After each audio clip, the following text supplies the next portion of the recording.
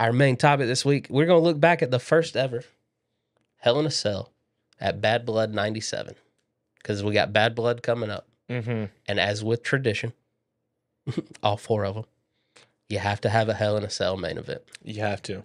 Interesting to me that Hell in a Cell was its own pay-per-view for a while, but that was during the years that this wasn't a thing.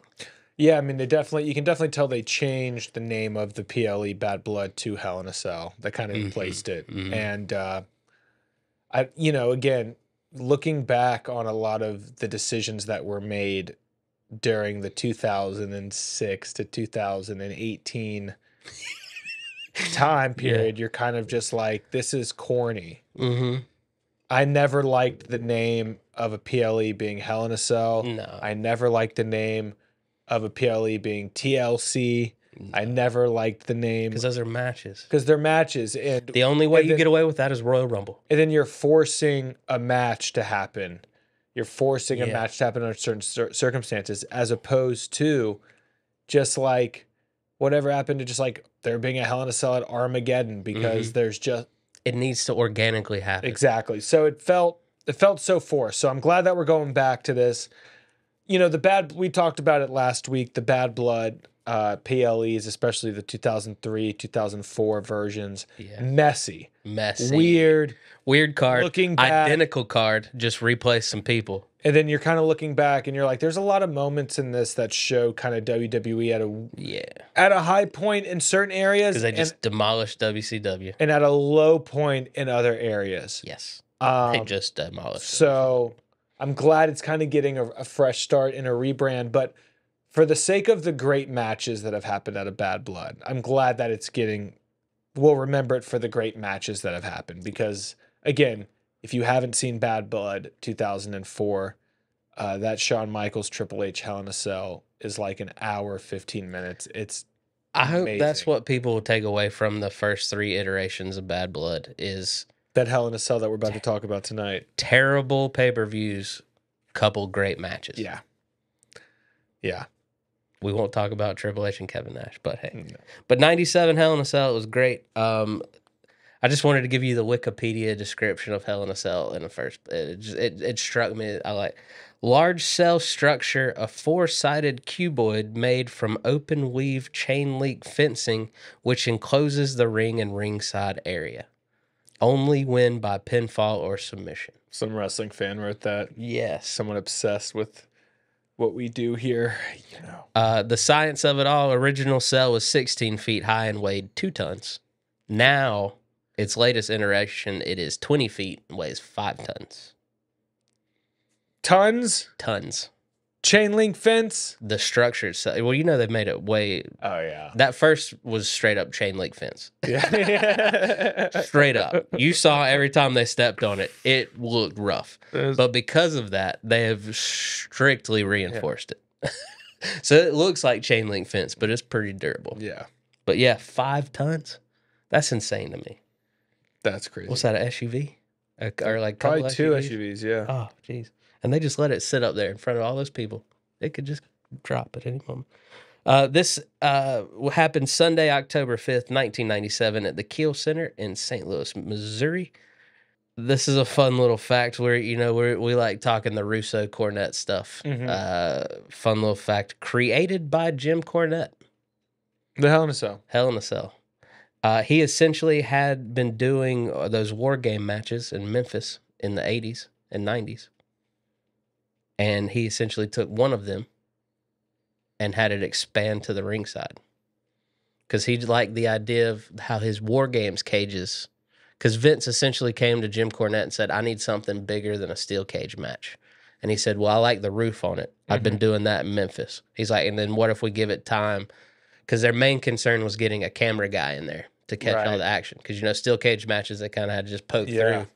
So they wanted to give the camera guys access and also give the wrestlers room to do crazy stuff. And Shawn and Undertaker, the first 2 that were in this match, sure enough did. Yeah, and that camera guy, too. Bless his heart, played it up, man. Dude. Such a great actor. Yeah. Jim Cornette was credited with it. But Russo, who will concede Cornette came up with the concept, swears he came up with the name Hell in a Cell. Okay. So Russo got the name, Cornette got the design. I'll believe that. Yeah. Which, if they got to the core of more of their stories and stopped BSing each other, Right. we would get more of that was a compromise from the two. Exactly. And they just, neither one of them are at a stage in their lives where they would admit that. No. 30-minute match to almost to the second. HBK Shawn Michaels versus Undertaker. This was for the #1 contender shot versus Bret Hart at 97 Survivor Series. Does that Survivor Series ring a bell? Maybe a Job Day Screw in Montreal? The history for the match is why it happened is Bret versus Undertaker at SummerSlam for the belt. Shawn is the guest referee. Shawn goes to hit Bret with a steel cage or a steel chair. Boom, he dodges. HBK levels Undertaker, cost him his shot at Bret's title. That's when you get the reluctant Shawn 3 count when he's like, "Oh, I hate you so much," because this is at the height of the DX Hart Foundation beef. These guys were taking chair shots to the head. Man, I watched that one when Shawn was already bloodied and Undertaker wound up. My goodness. Yeah, I mean, these guys just took it straight to the head. Do you think Shawn got busted open for sure on that one? Or Yeah. do you think he bladed? I think he got busted open. Yeah, I think so too. I think he just went into a ring post with head, didn't put his hand up. He was like, "Oh, okay." Yeah. Because that was a lot of blood. Yeah. They previously had an In Your House match. Of course, this was nice to find out that even at its first iteration, this was a payoff to a long-standing feud. Mm-hmm. Because Shawn and Undertaker had that side feud the old time he had his feud with Bret Hart. Right. Casket match, because it'll get to that infamous casket match that we'll talk about in just a second. So they tried to have a normal civil match for the #1 contender shot at the previous pay-per-view. This is also, we had talked about it during our Bad Blood. This was when they were naming everything In Your House. So the previous In Your House ended in a DQ. So that's when they're like, "In Hell in a Cell, #1 contender match." So they started off great. Shawn comes with DX cohorts, China, Triple H, and Rick Rude. This is the very small time frame they put Rick Rude with DX before he jumped ship to WCW and joined the NWO. That's a funny little fact. I'm a big fan of NWO and DX, and Rick Rude's one of the wrestlers you wouldn't think was in both. Right. Isn't that great? Love it. I love that. Rick Rude and Shawn Michaels. That's amazing. Shawn Michaels in NWO in 2002. He put the shirt on. He did. He put did the his shirt dance coming down the ramp. But no, it was the entrances were awesome. Undertaker had one of his better entrances. He always wowed the crowd with the entrances. Yeah, I mean, and Sergeant Slaughter checking underneath the ring. Nice before little the touch match began. because this is when they were playing up Shawn Michaels and Triple H do shenanigans. Mm-hmm. Yeah, and then when they brought the ring down, and Undertaker's entrance was hype. I mean, people were excited for this match, and then the match itself was super physical. Yeah, Shawn Michaels was really putting his body on the line. I mean, getting thrown outside the ring. this was literally 29 minutes and 30 seconds of Shawn Michaels just getting thrown different places by the Undertaker. I mean, he even threw himself. Really, I mean, it was chaos. But then the way the story was told was just so great. Again, great chair shots. The camera guy in the match kind of getting taken out, and then it created this pandemonium and this sense of realness that was like, oh my God, we got to get this guy out of here. He might actually be injured. Yeah. What a brilliant way to write them getting out of the cage and really showcasing that structure. And then they get on top of the cage, and people are lit. The crowd is losing their See what I'm minds. talking about though? When those steps, those whatever's holding the chain link fence on those poles was hanging on for dear life. There's probably zip ties thing. And then oh my gosh, yeah. And then when he gets flipped, I mean, everyone just loses their mind up there. It's a fantastic. His leg came down, his hammy came down on one of those posts too. I wonder what that felt like. I mean, it's interesting that people really attribute the Hell in a Cell to Undertaker, that's Taker's match kind of. But really, Shawn Michaels killed it. Put on some that bangers. match. Yeah, and had some other great Hell in a Cell matches. Mm-hmm. He might be a short second right after Undertaker. I mean, That Triple H Shawn Michaels Hell in a Cell is so good. Yes, so good. The subplot throughout this whole thing is Paul Bearer was on a campaign saying Undertaker had a brother that he had set fire to the family funeral home, and that Undertaker thought that brother was trapped inside, but he was not. And Paul Bearer had actually raised this kid and was bringing him to the WWE to take on and confront his brother, the Undertaker. Love it. Kane is alive. And then Kane comes out and they're like, this must be Kane. I love that was the first. Vince was like, this must be Kane. Yeah, no shit, man. And then he rips that door off. And what a great.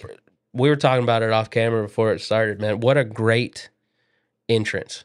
No, they did not shockmaster this thing. Mm-mm. He was like, hey, rip that cage off. And they're like, flawless. And then he gets in there, confronts Undertaker. And then Undertaker is about to he signaled for the tombstone because he had just dropped Shawn Michaels off the top of the cage. We talk about Mankind getting launched. He got launched, but Shawn Michaels was the first one. He was dangling from the top and went through the Spanish announce and he kind of missed it. Yeah, and his back went through that monitor too, man. Oh, that looked rough.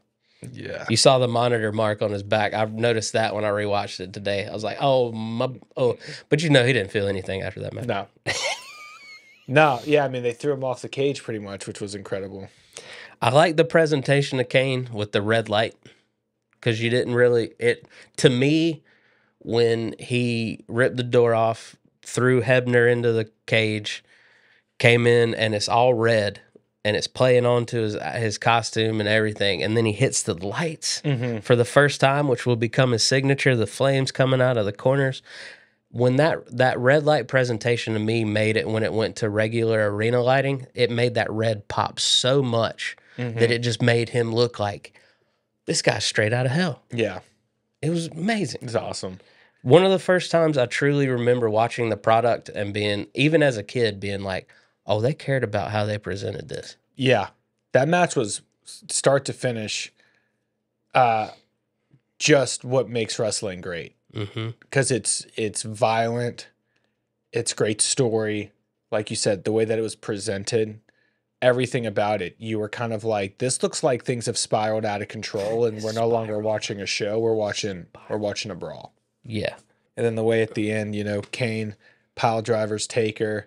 For the first time we'd ever seen anyone hit the tombstone on the Undertaker. Like the fake Taker tried, he didn't do it though. And then that slow count, 1, Hebner, I was like, come on, my guy. 2, come on, dude.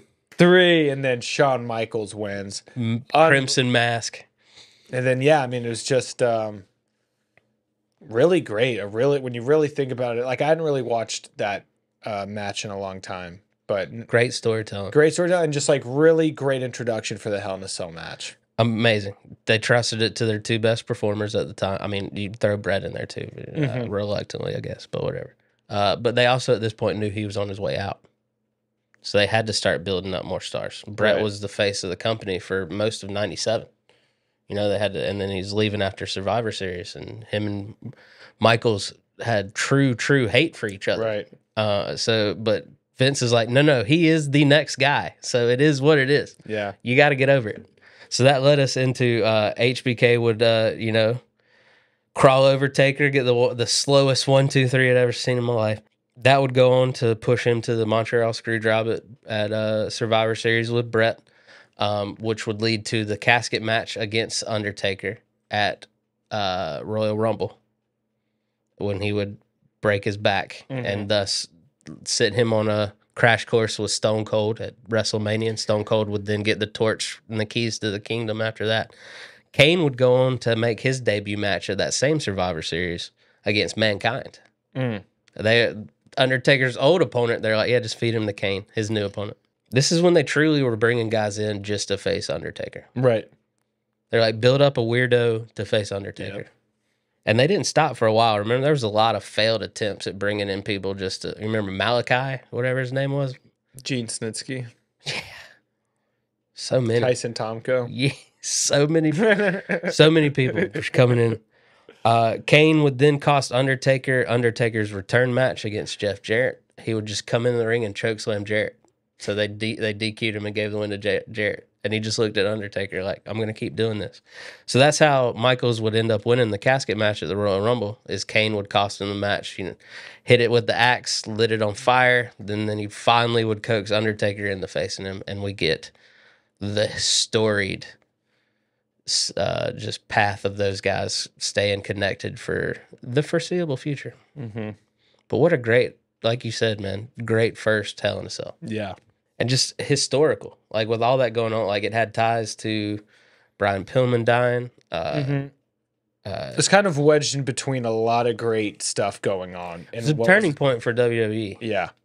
They struggled through the mid-90s, with Brett and Shawn, and they brought in Vader to try to be the face for a little bit. Kevin Nash and Scott had left. WCW had blown up. We were in the height of the Monday Night Wars.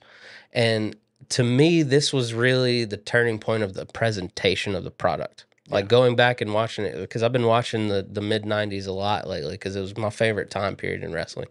And to me, they had a formula, ...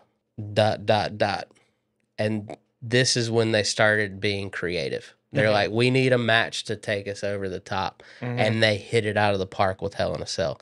Yes, did it get used too much for a time period? But that was for a long time to come. So this was fresh. It was new. And people were still not sold on Shawn Michaels being the top guy. Right. And if you had any doubts after this match, what are you watching? Right. And The Undertaker, this set him up for... Because truly, Undertaker would have been a Hall of Famer no matter what. But you don't have him take that next level without Kane. Right. 100%. So their storyline was, like we said, we talked about it last week, one of my favorites. My first WrestleMania was WrestleMania 20. There Kane you go. versus Undertaker. There you go. Yeah. So all of this set in motion. So great Bad Blood, first pay-per-view. All right, man. Any parting thoughts? Any last second remarks on what you thought when you rewatched Hell in a Cell? Oh, man. Just those chair shots. They don't make them like they used to. Thank God. Probably for the better. Yeah. Wrestlers are living longer now. We love to see it. We love to see it. The life expectancy is growing. It's We love to see it. Hit that subscribe button. Check out Project Nerd. Thanks to our sponsors. Check out Evan Burt Comedy, Drew Harrison Comedy. We'll see you next time.